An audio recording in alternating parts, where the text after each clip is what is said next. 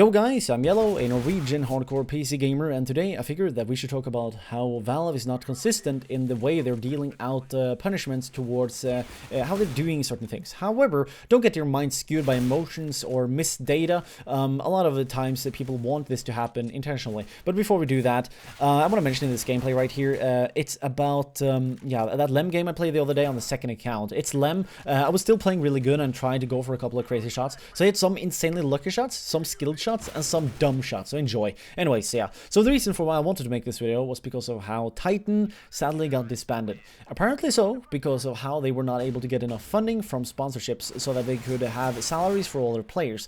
And that apparently so happened because all the sponsorships that were lined up for 2016 got cold feet because of how in 2014, apparently, Kaylee used cheats prior to a LAN, and then he got actually caught live on the Cologne 2014 LAN early on in 2014.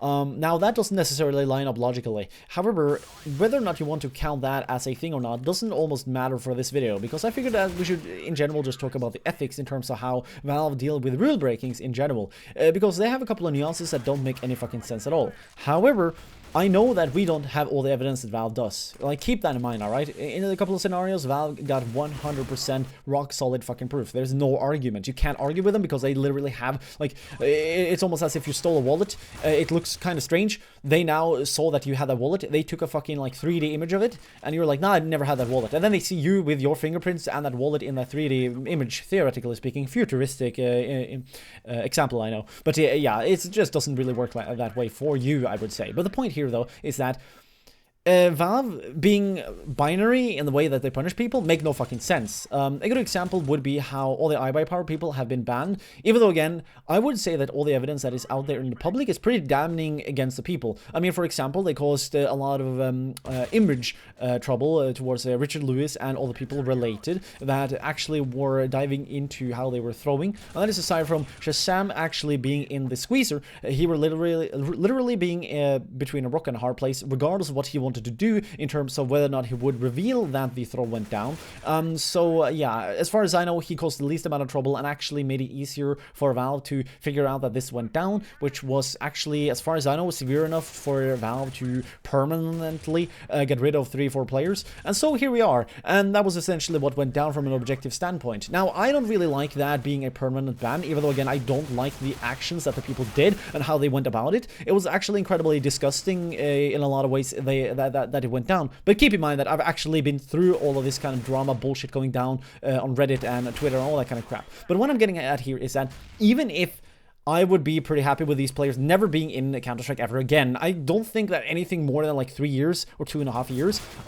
would be like a sensible punishment. Like, anything more is fucking dumb, alright? And another example would be the Kaylee incident, which apparently gave all these sponsorship people cold feet, and thus we don't have any more Titan because Titan don't have any more money. Even though, again, that detail does not necessarily add up versus timelines, what we do know is that it just doesn't make any fucking sense, because in the end of the day, you can't really know whether or not Kaylee did it. If it was to do this like a proper jury, you would, for example, go and look for evidence versus a crime. In this case, he used a tool towards being able to cheat, which is illegal. That would almost be like having a weapons deal in reality, and you're selling guns and shit, alright? Which I would say is illegal if you're doing that in the black market. Anyways, yeah, let's say that you then actually tell on your drug dealer, you're going to get a lower punishment. And aside from that, if you go to rehabilitation, maybe you are actually legitimately regretting what you did, you're making it incredibly easy for the police to cooperate with you, just like with how you can do that in reality and not get as severe of a punishment because you understand that what you did is fucking dumb.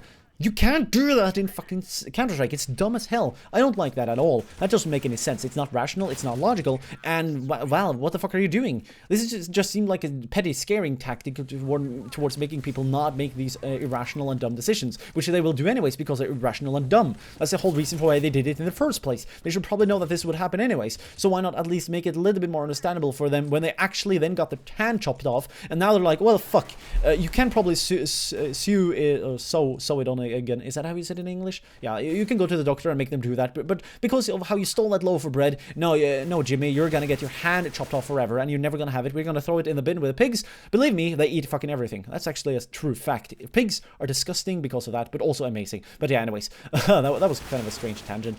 You probably get my point. This is ethically like a fucking breach. It makes no logical sense. Whether or not this is actually the true reason for why Titan is no more, the sad tragedy of them disappearing, we will never really truly know unless they reveal a little bit more information. However, Titan had a good run. They did really good with what they had, even against the hardships. Gonna be really sad to see the brand of Titan disappear, even though, again, all the people in question will probably be in good hands eventually in the future. I might as well link the statement and the Reddit link in the description below if there's anything related to that, as I there hit one of the most lucky dumb shots I've ever hit. I literally bumped and clicked and that guy died, so that was pretty nice. But anyways, yeah.